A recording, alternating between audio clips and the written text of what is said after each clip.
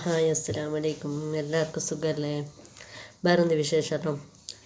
അൽഹംദുലില്ലാഹ് ഇപ്പോൾ ഇവിടെ സുഖമായിട്ടിരിക്കുന്നുണ്ട്. പിന്നെ വേറെന്ത്, ഞാൻ ഉമ്മക്ക് സുഖമില്ലാത്ത കാര്യങ്ങളെല്ലാം എല്ലാവർക്കും അറിയാമല്ലോ. പിന്നെ കുറേ ദിവസം 5-10 ദിവസം ഹോസ്പിറ്റലിൽ അഡ്മിറ്റ് ആക്കിയിട്ടുണ്ടായിന്. പിന്നെ അത് കഴിഞ്ഞിട്ട് ഹോസ്പിറ്റലിൽ നിന്ന് നേരെ അനിയത്തിൻ്റെ പെരക്കാണ് വന്നത്. കൊല്ലിയ തട്ടുകടന്നിട്ട് തന്നെയാണ്. കൊല്ലം അനിയത്തിൻ്റെ പെരയിലാണ് ഉള്ളത്. അപ്പം എനിക്ക് അധികം വീഡിയോ ഇടാനോ പിന്നെ ലൈവ് ഇടാനോ ഒന്നും പറ്റാത്ത അവസ്ഥയാണ്. ഇവിടെ റേഞ്ച് കിട്ടുന്നില്ല, നെറ്റ് കിട്ടുന്നില്ല നേരെ. അപ്പോൾ വീഡിയോ ഇടാൻ പറ്റാത്ത അവസ്ഥയാണ്. ഇടയ്ക്കിടയ്ക്ക് ഞാൻ ഇടയ്ക്കിടയ്ക്ക് ലൈവ് ഇട്ടാലും നേരെ കിട്ടുന്നൊന്നുമില്ല.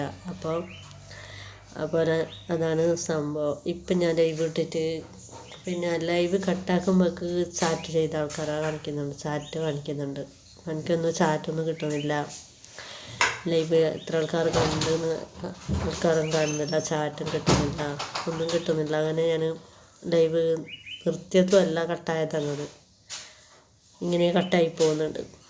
അപ്പോൾ എല്ലാവരും ആരും വിചാരിച്ചോണ്ട് ലൈവ് ഇട്ടിട്ട് അവളെന്തോ ഇങ്ങനെ കട്ടാക്കുന്ന പിന്നെ ചാറ്റാക്കുമ്പം ഉണ്ടെന്നില്ല. എനിക്കൊരാണെയും മെസ്സേജ് കാണാത്തതുകൊണ്ടാണ് ഞാൻ നിർത്തേണ്ടി വന്നത്.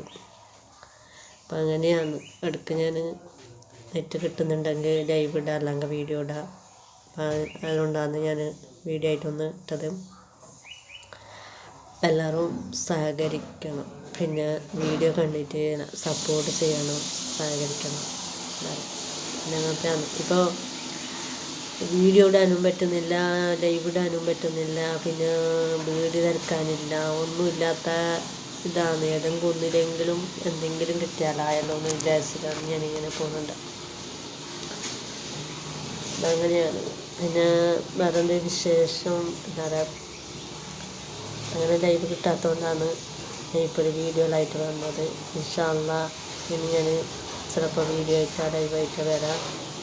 അതുവരേക്കും ബൈ.